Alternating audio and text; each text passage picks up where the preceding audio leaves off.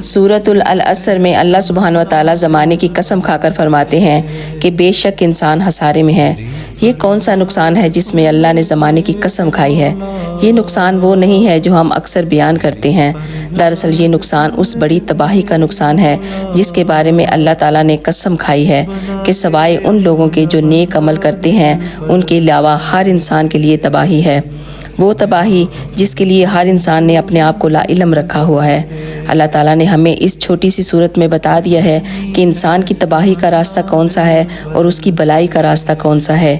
امام شافعی فرماتے ہیں کہ اگر لوگ اس صورت پر غور کریں تو یہ ان کی ہدایت کے لیے کافی ہے۔ حدیث مبارکہ میں ہے کہ نماز عصر کی فکر کرو کیونکہ یہ نماز بڑے خطرے والی نماز ہے۔